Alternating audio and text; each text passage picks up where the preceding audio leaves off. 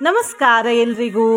ಇವತ್ತು ಸಿದ್ಧಿಯೋಗದ ಹಾಗೂ ಸಾಧ್ಯಯೋಗದ ಬುಧವಾರ. ಹಾಗಾಗಿ ಇವತ್ತು ನಾನು ಸಿದ್ಧಿದಾತ ಗಣಪತಿ ದೇವರ ಮಂತ್ರವನ್ನು ಜಪಿಸಿದ್ದೇನೆ. ಈ ಮಂತ್ರದ ಹೆಸರು ಗಣನಾಯಕಾಷ್ಟಕ ಮಂತ್ರ. ಈ ಮಂತ್ರವನ್ನು ಇವತ್ತು ಭಕ್ತಿಯಿಂದ ಬೆಳಿಗ್ಗೆ, ಮಧ್ಯಾಹ್ನ ಹಾಗೂ ಸಂಜೆ ತಲಾ 108 ಬಾರಿ ಕೇಳಿದ್ರೆ ಸಕಲ ಕಾರ್ಯಸಿದ್ಧಿಯಾಗುತ್ತದೆ, ಇಷ್ಟಾರ್ಥಗಳು ಸಿದ್ಧಿಯಾಗುತ್ತವೆ, ಅಸಾಧ್ಯ ಅನ್ನಿಸುವ ಕೆಲಸದಲ್ಲೂ ಜಯ ಸಿಗ್ತದೆ, ವಿದ್ಯೆ ಬುದ್ಧಿ ಪ್ರಾಪ್ತಿಯಾಗ್ತದೆ, ಸಮಸ್ತ ಸನ್ಮಂಗಳ ಫಲಗಳು ಪ್ರಾಪ್ತಿಯಾಗುತ್ತವೆ, ಕೇತು ದೋಷ ಪರಿಹಾರವಾಗ್ತದೆ, ಸಂಕಷ್ಟಗಳು ನಾಶವಾಗಿ ಹೋಗುತ್ತವೆ, ಸಕಲ ಸಾಂಸಾರಿಕ ಸುಖ ದೊರೆಯುತ್ತದೆ, ಸಂಕಟಗಳಿಂದ ರಕ್ಷಣೆ ಸಿಗುತ್ತದೆ ಮತ್ತು ದುಷ್ಟಶಕ್ತಿಗಳಿಂದಲೂ ರಕ್ಷಣೆ ಸಿಗುತ್ತದೆ.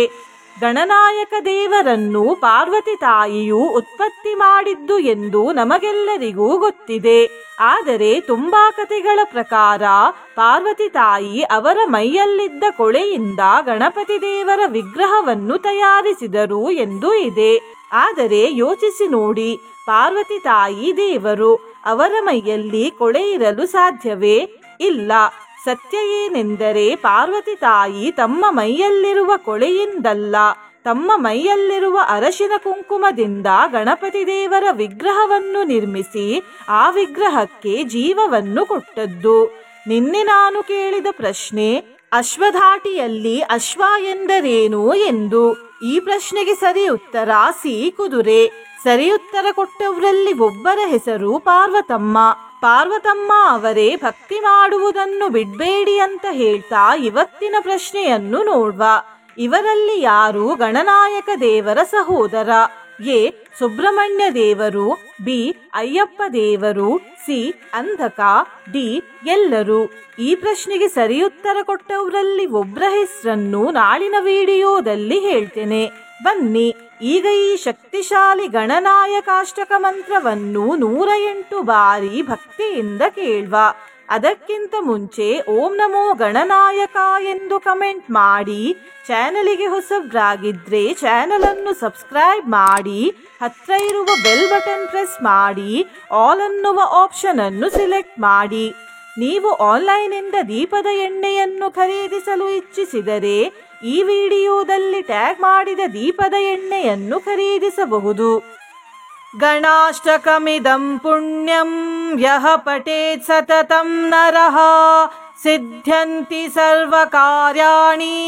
ವಿದ್ಯಾವಾನ್ ಧನವಾನ್ ಭವೇತ್. ಪಾಶಾಂಕುಶಧರಂ ದೇವಂ ವಂದೇಹಂ ಗಣನಾಯಕಂ.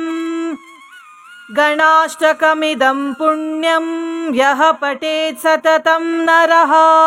ಸಿದ್ಧ್ಯಂತಿ ಸರ್ವ ಕಾರ್ಯಾಣಿ ವಿದ್ಯಾವಾನ್ ಧನವಾನ್ ಭವೇತ್. ಪಾಶಾಂಕುಶಧರಂ ದೇವಂ ವಂದೇಹಂ ಗಣನಾಯಕಂ. ಗಣಾಷ್ಟಕಮಿದಂ ಪುಣ್ಯಂ ಯಃ ಪಠೇತ್ ಸತತಂ ನರಃ ಸಿದ್ಧ್ಯಂತಿ ಸರ್ವ ಕಾರ್ಯಾಣಿ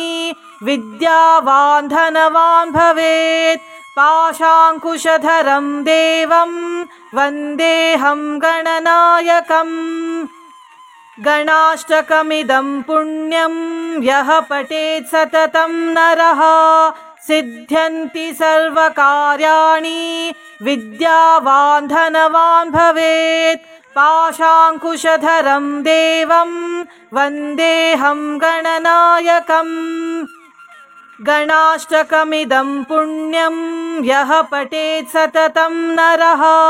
ಸಿದ್ಧ್ಯಂತಿ ಸರ್ವ ಕಾರ್ಯಾಣಿ ವಿದ್ಯಾವಾನ್ ಧನವಾನ್ ಭವೇತ್. ಪಾಶಾಂಕುಶಧರಂ ದೇವಂ ವಂದೇಹಂ ಗಣನಾಯಕಂ. ಗಣಾಷ್ಟಕಮಿದಂ ಪುಣ್ಯಂ ಯಃ ಪಠೇತ್ ಸತತಂ ನರಃ ಸಿದ್ಧ್ಯಂತಿ ಸರ್ವ ಕಾರ್ಯಾಣಿ ವಿದ್ಯಾವಾನ್ ಧನವಾನ್ ಭವೇತ್. ಪಾಶಾಂಕುಶಧರಂ ದೇವಂ ವಂದೇಹಂ ಗಣನಾಯಕಂ. ಗಣಾಷ್ಟಕಮಿದಂ ಪುಣ್ಯಂ ಯಃ ಪಠೇತ್ ಸತತಂ ನರಃ ಸಿದ್ಧ್ಯಂತಿ ಸರ್ವ ಕಾರ್ಯಾಣಿ ವಿದ್ಯಾವಾನ್ ಧನವಾನ್ ಭವೇತ್. पाशाङ्कुशधरं देवं वन्देऽहं गणनायकम् गणाष्टकमिदं पुण्यं यः पठेत् सततं नरः सिद्ध्यन्ति सर्वकार्याणि विद्यावान् धनवान् भवेत् पाशाङ्कुशधरं देवं वन्देऽहं गणनायकम् गणाष्टकमिदं पुण्यं यः पठेत् सततं नरः सिद्ध्यन्ति सर्वकार्याणि विद्यावान् धनवान् भवेत् पाशाङ्कुशधरं देवं वन्देऽहं गणनायकम् गणाष्टकमिदं पुण्यं यः पठेत् सततं नरः सिद्ध्यन्ति सर्वकार्याणि विद्यावान् धनवान् भवेत् पाशाङ्कुशधरं देवं वन्देऽहं गणनायकम् गणाष्टकमिदं पुण्यं यः पठेत् सततं नरः सिद्ध्यन्ति सर्वकार्याणि विद्यावान् धनवान् भवेत् पाशाङ्कुशधरं देवं वन्देऽहं गणनायकम् गणाष्टकमिदं पुण्यं यः पठेत् सततं नरः सिद्ध्यन्ति सर्वकार्याणि विद्यावान् धनवान् भवेत् पाशाङ्कुशधरं देवं वन्देऽहं गणनायकम् गणाष्टकमिदं पुण्यं यः पठेत् सततं नरः सिद्ध्यन्ति सर्वकार्याणि विद्यावान् धनवान् भवेत् पाशाङ्कुशधरं देवं वन्देऽहं गणनायकम् गणाष्टकमिदं पुण्यं यः पठेत् सततं नरः सिद्ध्यन्ति सर्वकार्याणि विद्यावान् धनवान् भवेत् पाशाङ्कुशधरं देवं वन्देऽहं गणनायकम् गणाष्टकमिदं पुण्यं यः पठेत् सततं नरः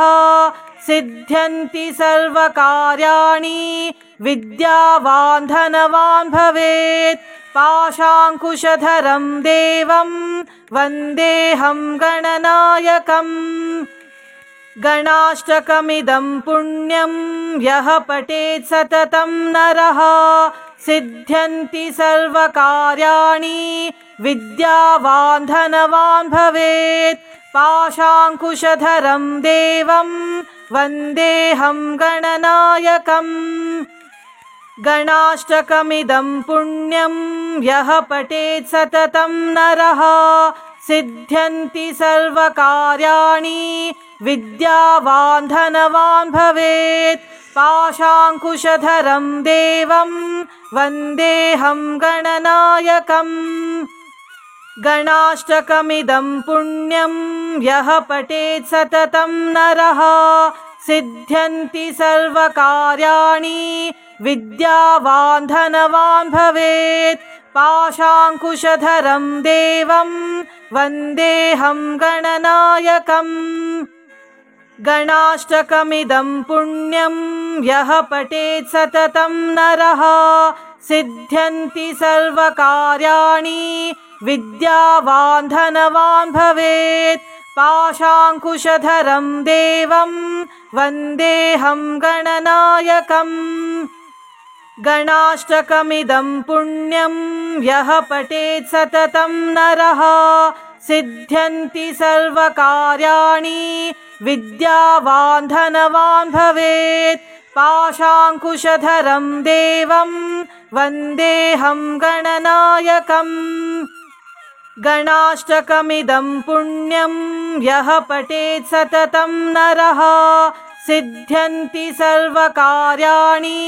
विद्यावान् धनवान् भवेत् पाशाङ्कुशधरं देवं वन्देऽहं गणनायकम् गणाष्टकमिदं पुण्यं यः पठेत् सततं नरः सिद्ध्यन्ति सर्वकार्याणि विद्यावान् धनवान् भवेत् पाशाङ्कुशधरं देवं वन्देऽहं गणनायकम् गणाष्टकमिदं पुण्यं यः पठेत् सततं नरः सिद्ध्यन्ति सर्वकार्याणि विद्यावान् धनवान् भवेत् पाशाङ्कुशधरं देवं वन्देऽहं गणनायकम् गणाष्टकमिदं पुण्यं यः पठेत् सततं नरः सिद्ध्यन्ति सर्वकार्याणि विद्यावान् धनवान् भवेत् पाशाङ्कुशधरं देवं वन्देऽहं गणनायकम् गणाष्टकमिदं पुण्यं यः पठेत् सततं नरः सिद्ध्यन्ति सर्वकार्याणि विद्यावान् धनवान् भवेत् पाशाङ्कुशधरं देवं वन्देऽहं गणनायकम् गणाष्टकमिदं पुण्यं यः पठेत् सततं नरः सिद्ध्यन्ति सर्वकार्याणि विद्यावान् धनवान् भवेत् पाशाङ्कुशधरं देवं वन्देऽहं गणनायकम् गणाष्टकमिदं पुण्यं यः पठेत् सततं नरः सिद्ध्यन्ति सर्वकार्याणि विद्यावान् धनवान् भवेत् पाशाङ्कुशधरं देवं वन्देऽहं गणनायकम् गणाष्टकमिदं पुण्यं यः पठेत् सततं नरः सिद्ध्यन्ति सर्वकार्याणि विद्यावान् धनवान् भवेत् पाशाङ्कुशधरं देवं वन्देऽहं गणनायकम् गणाष्टकमिदं पुण्यं यः पठेत् सततं नरः सिद्ध्यन्ति सर्वकार्याणि विद्यावान् धनवान् भवेत् पाशाङ्कुशधरं देवं वन्देऽहं गणनायकम् गणाष्टकमिदं पुण्यं यः पठेत् सततं नरः सिद्ध्यन्ति सर्वकार्याणि विद्यावान् धनवान् भवेत् पाशाङ्कुशधरं देवं वन्देऽहं गणनायकम् गणाष्टकमिदं पुण्यं यः पठेत् सततं नरः सिद्ध्यन्ति सर्वकार्याणि विद्यावान् धनवान् भवेत् पाशाङ्कुशधरं देवं वन्देऽहं गणनायकम् गणाष्टकमिदं पुण्यं यः पठेत् सततं नरः सिद्ध्यन्ति सर्वकार्याणि विद्यावान् धनवान् भवेत् पाशाङ्कुशधरं देवं वन्देऽहं गणनायकम् गणाष्टकमिदं पुण्यं यः पठेत् सततं नरः सिद्ध्यन्ति सर्वकार्याणि विद्यावान् धनवान् भवेत् पाशाङ्कुशधरं देवं वन्देऽहं गणनायकम् गणाष्टकमिदं पुण्यं यः पठेत् सततं नरः सिद्ध्यन्ति सर्वकार्याणि विद्यावान् धनवान् भवेत् पाशाङ्कुशधरं देवं वन्देऽहं गणनायकम् गणाष्टकमिदं पुण्यं यः पठेत् सततं नरः सिद्ध्यन्ति सर्वकार्याणि विद्यावान् धनवान् भवेत् पाशाङ्कुशधरं देवं वन्देऽहं गणनायकम् गणाष्टकमिदं पुण्यं यः पठेत् सततं नरः सिद्ध्यन्ति सर्वकार्याणि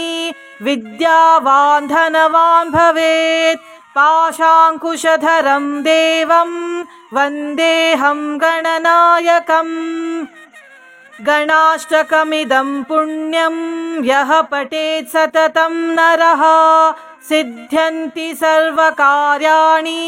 विद्यावान् धनवान् भवेत् पाशाङ्कुशधरं देवं वन्देऽहं गणनायकम् गणाष्टकमिदं पुण्यं यः पठेत् सततं नरः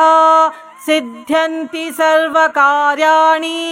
विद्यावान् धनवान् भवेत् पाशाङ्कुशधरं देवं वन्देऽहं गणनायकम् गणाष्टकमिदं पुण्यं यः पठेत् सततं नरः सिद्ध्यन्ति सर्वकार्याणि विद्यावान् धनवान् भवेत् पाशाङ्कुशधरं देवं वन्देऽहं गणनायकम् गणाष्टकमिदं पुण्यं यः पठेत् सततं नरः सिद्ध्यन्ति सर्वकार्याणि विद्यावान् धनवान् भवेत् पाशाङ्कुशधरं देवं वन्देऽहं गणनायकम् गणाष्टकमिदं पुण्यं यः पठेत् सततं नरः सिद्ध्यन्ति सर्वकार्याणि विद्यावान् धनवान् भवेत् पाशाङ्कुशधरं देवं वन्देऽहं गणनायकम् गणाष्टकमिदं पुण्यं यः पठेत् सततं नरः सिद्ध्यन्ति सर्वकार्याणि विद्यावान् धनवान् भवेत् पाशाङ्कुशधरं देवं वन्देऽहं गणनायकम् गणाष्टकमिदं पुण्यं यः पठेत् सततं नरः सिद्ध्यन्ति सर्वकार्याणि विद्यावान् धनवान् भवेत् पाशाङ्कुशधरं देवं वन्देऽहं गणनायकम् गणाष्टकमिदं पुण्यं यः पठेत् सततं नरः सिद्ध्यन्ति सर्वकार्याणि विद्यावान् धनवान् भवेत् पाशाङ्कुशधरं देवं वन्देऽहं गणनायकम् गणाष्टकमिदं पुण्यं यः पठेत् सततं नरः सिद्ध्यन्ति सर्वकार्याणि विद्यावान् धनवान् भवेत् पाशाङ्कुशधरं देवं वन्देऽहं गणनायकम् गणाष्टकमिदं पुण्यं यः पठेत् सततं नरः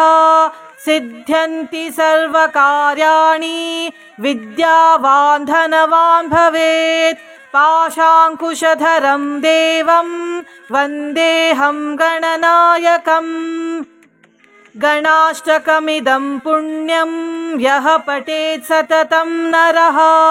सिद्ध्यन्ति सर्वकार्याणि विद्यावान् धनवान् भवेत् पाशाङ्कुशधरं देवं वन्देऽहं गणनायकम् गणाष्टकमिदं पुण्यं यः पठेत् सततं नरः सिद्ध्यन्ति सर्वकार्याणि विद्यावान् धनवान् भवेत् पाशाङ्कुशधरं देवं वन्देऽहं गणनायकम् गणाष्टकमिदं पुण्यं यः पठेत् सततं नरः सिद्ध्यन्ति सर्वकार्याणि विद्यावान् धनवान् भवेत् पाशाङ्कुशधरं देवं वन्देऽहं गणनायकम् गणाष्टकमिदं पुण्यं यः पठेत् सततं नरः सिद्ध्यन्ति सर्वकार्याणि विद्यावान् धनवान् भवेत् पाशाङ्कुशधरं देवं वन्देऽहं गणनायकम् गणाष्टकमिदं पुण्यं यः पठेत् सततं नरः सिद्ध्यन्ति सर्वकार्याणि विद्यावान् धनवान् भवेत् पाशाङ्कुशधरं देवं वन्देऽहं गणनायकम् गणाष्टकमिदं पुण्यं यः पठेत् सततं नरः सिद्ध्यन्ति सर्वकार्याणि विद्यावान् धनवान् भवेत् पाशाङ्कुशधरं देवं वन्देऽहं गणनायकम् गणाष्टकमिदं पुण्यं यः पठेत् सततं नरः सिद्ध्यन्ति सर्वकार्याणि विद्यावान् धनवान् भवेत् पाशाङ्कुशधरं देवं वन्देऽहं गणनायकम् गणाष्टकमिदं पुण्यं यः पठेत् सततं नरः सिद्ध्यन्ति सर्वकार्याणि विद्यावान् धनवान् भवेत् पाशाङ्कुशधरं देवं वन्देऽहं गणनायकम् गणाष्टकमिदं पुण्यं यः पठेत् सततं नरः सिद्ध्यन्ति सर्वकार्याणि विद्यावान् धनवान् भवेत् पाशाङ्कुशधरं देवं वन्देऽहं गणनायकम् गणाष्टकमिदं पुण्यं यः पठेत् सततं नरः सिद्ध्यन्ति सर्वकार्याणि विद्यावान् धनवान् भवेत् पाशाङ्कुशधरं देवं वन्देऽहं गणनायकम् गणाष्टकमिदं पुण्यं यः पठेत् सततं नरः सिद्ध्यन्ति सर्वकार्याणि विद्यावान् धनवान् भवेत् पाशाङ्कुशधरं देवं वन्देऽहं गणनायकम् गणाष्टकमिदं पुण्यं यः पठेत् सततं नरः सिद्ध्यन्ति सर्वकार्याणि विद्यावान् धनवान् भवेत् पाशाङ्कुशधरं देवं वन्देऽहं गणनायकम् गणाष्टकमिदं पुण्यं यः पठेत् सततं नरः सिद्ध्यन्ति सर्वकार्याणि विद्यावान् धनवान् भवेत् पाशाङ्कुशधरं देवं वन्देऽहं गणनायकम् गणाष्टकमिदं पुण्यं यः पठेत् सततं नरः सिद्ध्यन्ति सर्वकार्याणि विद्यावान् धनवान् भवेत् पाशाङ्कुशधरं देवं वन्देऽहं गणनायकम् गणाष्टकमिदं पुण्यं यः पठेत् सततं नरः सिद्ध्यन्ति सर्वकार्याणि विद्यावान् धनवान् भवेत् पाशाङ्कुशधरं देवं वन्देऽहं गणनायकम् गणाष्टकमिदं पुण्यं यः पठेत् सततं नरः सिद्ध्यन्ति सर्वकार्याणि विद्यावान् धनवान् भवेत् पाशाङ्कुशधरं देवं वन्देऽहं गणनायकम् गणाष्टकमिदं पुण्यं यः पठेत् सततं नरः सिद्ध्यन्ति सर्वकार्याणि विद्यावान् धनवान् भवेत् पाशाङ्कुशधरं देवं वन्देऽहं गणनायकम् गणाष्टकमिदं पुण्यं यः पठेत् सततं नरः सिद्ध्यन्ति सर्वकार्याणि विद्यावान् धनवान् भवेत् पाशाङ्कुशधरं देवं वन्देऽहं गणनायकम् गणाष्टकमिदं पुण्यं यः पठेत् सततं नरः सिद्ध्यन्ति सर्वकार्याणि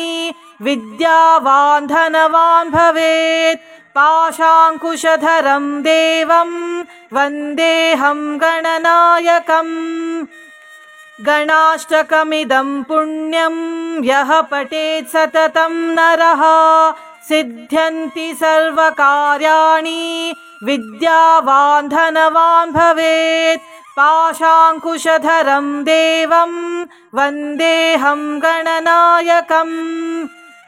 गणाष्टकमिदं पुण्यं यः पठेत् सततं नरः सिद्ध्यन्ति सर्वकार्याणि विद्यावान् धनवान् भवेत् पाशाङ्कुशधरं देवं वन्देऽहं गणनायकम् गणाष्टकमिदं पुण्यं यः पठेत् सततं नरः सिद्ध्यन्ति सर्वकार्याणि विद्यावान् धनवान् भवेत् पाशाङ्कुशधरं देवं वन्देऽहं गणनायकम् गणाष्टकमिदं पुण्यं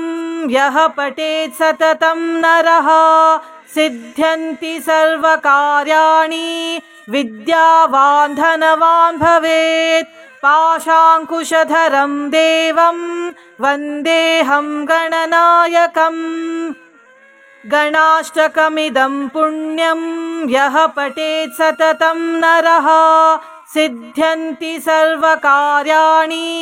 विद्यावान् धनवान् भवेत् पाशाङ्कुशधरं देवं वन्देऽहं गणनायकम् गणाष्टकमिदं पुण्यं यः पठेत् सततं नरः सिद्ध्यन्ति सर्वकार्याणि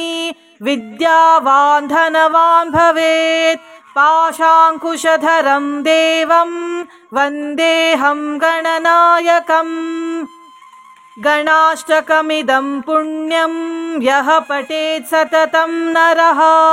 सिद्ध्यन्ति सर्वकार्याणि विद्यावान् धनवान् भवेत् पाशाङ्कुशधरं देवं वन्देऽहं गणनायकम् गणाष्टकमिदं पुण्यं यः पठेत् सततं नरः सिद्ध्यन्ति सर्वकार्याणि विद्यावान् धनवान् भवेत् पाशाङ्कुशधरं देवं वन्देऽहं गणनायकम् गणाष्टकमिदं पुण्यं यः पठेत् सततं नरः सिद्ध्यन्ति सर्वकार्याणि विद्यावान् धनवान् भवेत् पाशाङ्कुशधरं देवं वन्देऽहं गणनायकम् गणाष्टकमिदं पुण्यं यः पठेत् सततं नरः सिद्ध्यन्ति सर्वकार्याणि विद्यावान् धनवान् भवेत् पाशाङ्कुशधरं देवं वन्देऽहं गणनायकम् गणाष्टकमिदं पुण्यं यः पठेत् सततं नरः सिद्ध्यन्ति सर्वकार्याणि विद्यावान् धनवान् भवेत् पाशाङ्कुशधरं देवं वन्देऽहं गणनायकम् गणाष्टकमिदं पुण्यं यः पठेत् सततं नरः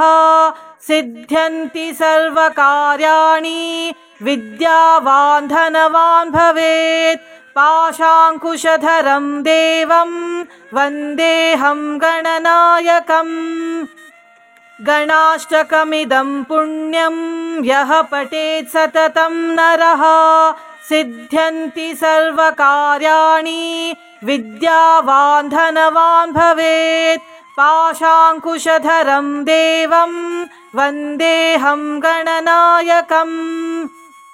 गणाष्टकमिदं पुण्यं यः पठेत् सततं नरः सिद्ध्यन्ति सर्वकार्याणि विद्यावान् धनवान् भवेत् पाशाङ्कुशधरं देवं वन्देऽहं गणनायकम् गणाष्टकमिदं पुण्यं यः पठेत् सततं नरः सिद्ध्यन्ति सर्वकार्याणि विद्यावान् धनवान् भवेत् पाशाङ्कुशधरं देवं वन्देऽहं गणनायकम् गणाष्टकमिदं पुण्यं यः पठेत् सततं नरः सिद्ध्यन्ति सर्वकार्याणि विद्यावान् धनवान् भवेत् पाशाङ्कुशधरं देवं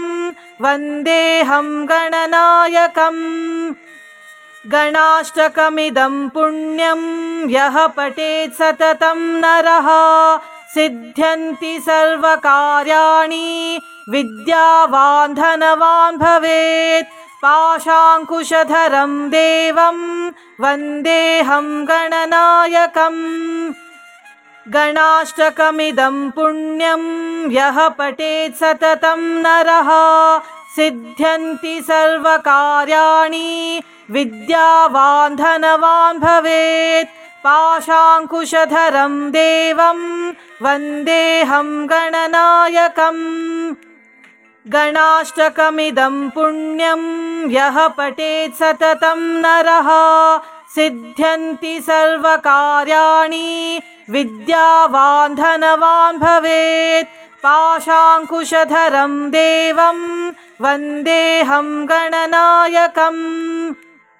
गणाष्टकमिदं पुण्यं यः पठेत् सततं नरः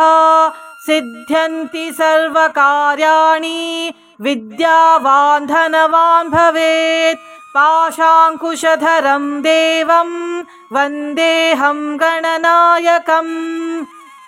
गणाष्टकमिदं पुण्यं यः पठेत् सततं नरः सिद्ध्यन्ति सर्वकार्याणि विद्यावान् धनवान् भवेत् पाशाङ्कुशधरं देवं वन्देऽहं गणनायकम् गणाष्टकमिदं पुण्यं यः पठेत् सततं नरः सिद्ध्यन्ति सर्वकार्याणि विद्यावान् धनवान् भवेत् पाशाङ्कुशधरं देवं वन्देऽहं गणनायकम् गणाष्टकमिदं पुण्यं यः पठेत् सततं नरः सिद्ध्यन्ति सर्वकार्याणि विद्यावान् धनवान् भवेत् पाशाङ्कुशधरं देवं वन्देऽहं गणनायकम् गणाष्टकमिदं पुण्यं यः पठेत् सततं नरः सिद्ध्यन्ति सर्वकार्याणि विद्यावान् धनवान् भवेत् पाशाङ्कुशधरं देवं वन्देऽहं गणनायकम् गणाष्टकमिदं पुण्यं यः पठेत् सततं नरः सिद्ध्यन्ति सर्वकार्याणि विद्यावान् धनवान् भवेत् पाशाङ्कुशधरं देवं वन्देऽहं गणनायकम् गणाष्टकमिदं पुण्यं यः पठेत् सततं नरः सिद्ध्यन्ति सर्वकार्याणि विद्यावान् धनवान् भवेत् पाशाङ्कुशधरं देवं वन्देऽहं गणनायकम् गणाष्टकमिदं पुण्यं यः पठेत् सततं नरः सिद्ध्यन्ति सर्वकार्याणि विद्यावान् धनवान् भवेत् पाशाङ्कुशधरं देवं वन्देऽहं गणनायकम् गणाष्टकमिदं पुण्यं यः पठेत् सततं नरः सिद्ध्यन्ति सर्वकार्याणि विद्यावान् धनवान् भवेत् पाशाङ्कुशधरं देवं वन्देऽहं गणनायकम् गणाष्टकमिदं पुण्यं यः पठेत् सततं नरः सिद्ध्यन्ति सर्वकार्याणि विद्यावान् धनवान् भवेत् पाशाङ्कुशधरं देवं वन्देऽहं गणनायकम् गणाष्टकमिदं पुण्यं यः पठेत् सततं नरः सिद्ध्यन्ति सर्वकार्याणि विद्यावान् धनवान् भवेत् पाशाङ्कुशधरं देवं वन्देऽहं गणनायकम् गणाष्टकमिदं पुण्यं यः पठेत् सततं नरः सिद्ध्यन्ति सर्वकार्याणि विद्यावान् धनवान् भवेत् पाशाङ्कुशधरं देवं वन्देऽहं गणनायकम् गणाष्टकमिदं पुण्यं यः पठेत् सततं नरः सिद्ध्यन्ति सर्वकार्याणि विद्यावान् धनवान् भवेत् पाशाङ्कुशधरं देवं वन्देऽहं गणनायकम् गणाष्टकमिदं पुण्यं यः पठेत् सततं नरः सिद्ध्यन्ति सर्वकार्याणि विद्यावान् धनवान् भवेत् पाशाङ्कुशधरं देवं वन्देऽहं गणनायकम् गणाष्टकमिदं पुण्यं यः पठेत् सततं नरः सिद्ध्यन्ति सर्वकार्याणि विद्यावान् धनवान् भवेत् पाशाङ्कुशधरं देवं वन्देऽहं गणनायकम् गणाष्टकमिदं पुण्यं यः पठेत् सततं नरः सिद्ध्यन्ति सर्वकार्याणि विद्यावान् धनवान् भवेत् पाशाङ्कुशधरं देवं वन्देऽहं गणनायकम् गणाष्टकमिदं पुण्यं यः पठेत् सततं नरः सिद्ध्यन्ति सर्वकार्याणि विद्यावान् धनवान् भवेत् पाशाङ्कुशधरं देवं वन्देऽहं गणनायकम् गणाष्टकमिदं पुण्यं यः पठेत् सततं नरः सिद्ध्यन्ति सर्वकार्याणि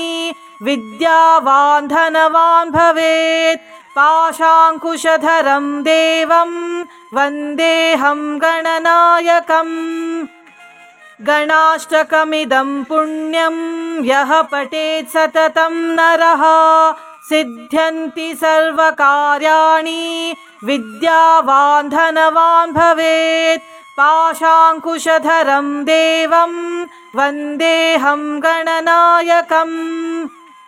गणाष्टकमिदं पुण्यं यः पठेत् सततं नरः सिद्ध्यन्ति सर्वकार्याणि विद्यावान् धनवान् भवेत् पाशाङ्कुशधरं देवं वन्देऽहं गणनायकम् गणाष्टकमिदं पुण्यं यः पठेत् सततं नरः सिद्ध्यन्ति सर्वकार्याणि विद्यावान् धनवान् भवेत् पाशाङ्कुशधरं देवं वन्देऽहं गणनायकम् गणाष्टकमिदं पुण्यं यः पठेत् सततं नरः सिद्ध्यन्ति सर्वकार्याणि विद्यावान् धनवान् भवेत् पाशाङ्कुशधरं देवं वन्देऽहं गणनायकम् गणाष्टकमिदं पुण्यं यः पठेत् सततं नरः सिद्ध्यन्ति सर्वकार्याणि विद्यावान् धनवान् भवेत् पाशाङ्कुशधरं देवं वन्देऽहं गणनायकम् गणाष्टकमिदं पुण्यं यः पठेत् सततं नरः सिद्ध्यन्ति सर्वकार्याणि विद्यावान् धनवान् भवेत् पाशाङ्कुशधरं देवं वन्देऽहं गणनायकम्